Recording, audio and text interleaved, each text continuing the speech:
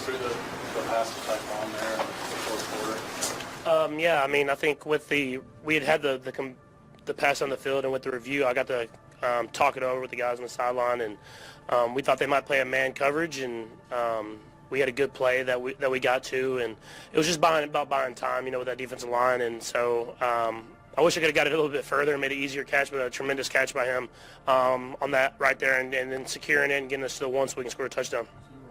That was your first read on that play? Yeah, it's a kind of a dual read where it's kind of a man versus zone type read, and so having the man coverage, we had a play where it was kind of you run towards the post and then back out, and he did a good job of winning. Obviously, I was rolling the other way, so it was a little further throw, but just giving him a chance to make a play and a guy making a play. When you went to the sideline, you're intending that it's going to be to Tyquan specifically? I like the play just in general, so just knowing that they probably could play man, that was a good, big matchup alert.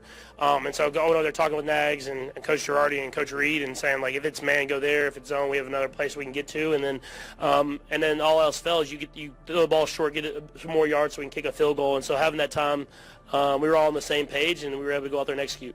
You guys were in a better rhythm in the second half. I guess what can you say that maybe was different from the first half to the second?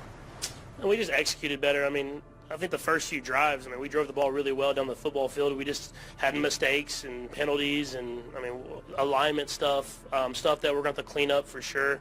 But I feel like we were moving the ball the right way. Kind of struggled there at the end of that second quarter, but was able to get points at the end. But it was just finishing the drives. And I think that's something that's important in this league is getting touchdowns, not field goals. And when you score touchdowns, it looks a lot better than when you're kicking long field goals. Getting field goals instead of touchdowns, what does it say about your defensive performance to kind of keep things at bay? Yeah, they've been playing great these last 2 weeks. They've played winning football, and for us, we got to clean stuff up and get better and better. And but they're playing good. They're playing tight coverage. They're rushing. They're blitzing. They're doing all type of different stuff that you're supposed to do as a winning defense. And so for us, if they can continue to do that and we can clean stuff up, we'll win a lot of football games. Your coach said that the second quarter was kind of ugly, hard to watch. What was it like out there? Just trying to find your way through, getting anything done. You had a couple of weird passes that kind of got behind the line. Yeah, I kept throwing the ball backwards. That's not good. So letting the rush get to me a little bit and then trying to just kind of throw it without looking to see if the guy's actually in the spot that we got to get to. And so obviously did it once. I knew immediately it was backwards. You could tell I'm running to go recover the ball even though they had blown the whistle. And then secondly did it again, and it's like I don't think I've done it maybe ever in my career, so to do it twice in kind of a short span like that. But I will say it was a great tackle. I'll pride myself. That was a big-time tackle. So I'm not going to try to do that again, but that was we'll throw the ball forward from now on. There was a spot that we saw on TV, and Coach talked about it with Travis over on the sideline. You guys get emotional about these things. What was Travis like out there in the huddles and all that? He's Travis. He's just normal Travis. He's a guy that loves it. He loves it. He's passionate about it, and that's what's made him so great. And so I have not seen what y'all are talking about, but I know Coach Reed loves it, I know Travis loves it, and I know they love each other, and that's what you want out of the greats.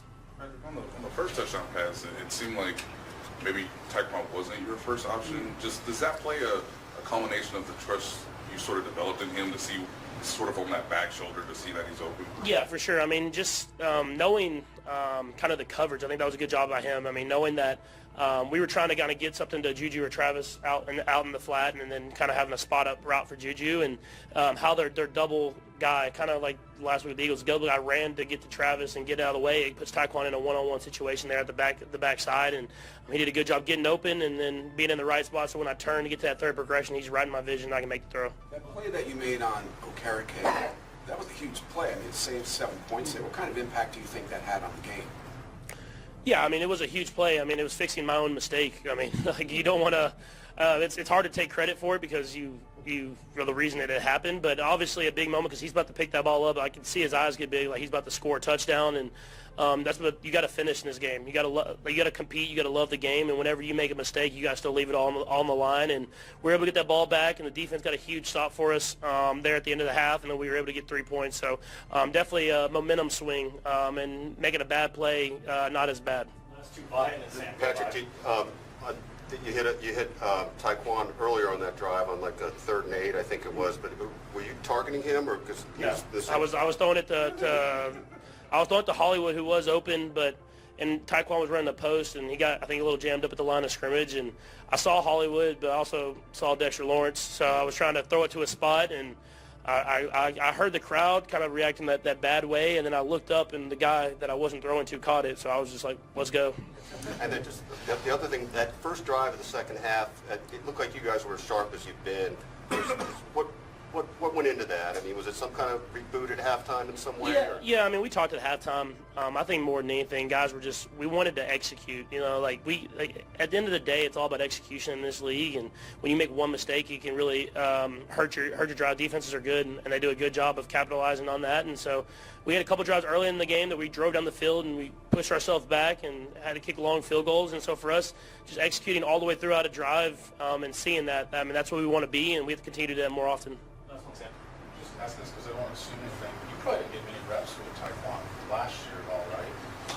No, but he would come in, like, you know, you get in those practices sometimes and guys are a little banged up at the end of the season. He'd kind of come in and run some of those deeper routes, and I would throw to him a couple times last year just to see, like, what he had, and you could see that he had juice. And now just getting into OTAs and then into training camp, he was one of those guys that was down there with me working in Texas, and so I knew he was going to be a good football player, but he's even exceeding my expectations, and so he's stepping up whenever the opportunity has been provided for him. Patrick Mahomes' praise for Travis Kelce just shows how much trust and chemistry these two have built over the years.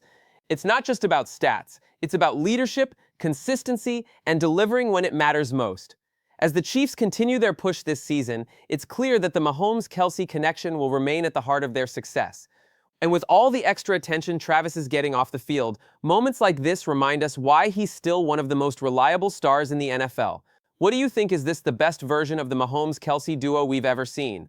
Drop your thoughts in the comments. Don't forget to like, subscribe to Famecast Daily, and hit the notification bell so you don't miss more Chiefs updates, Travis Kelce and Taylor Swift buzz, and all the latest NFL drama. Thanks for watching, and I'll see you in the next one.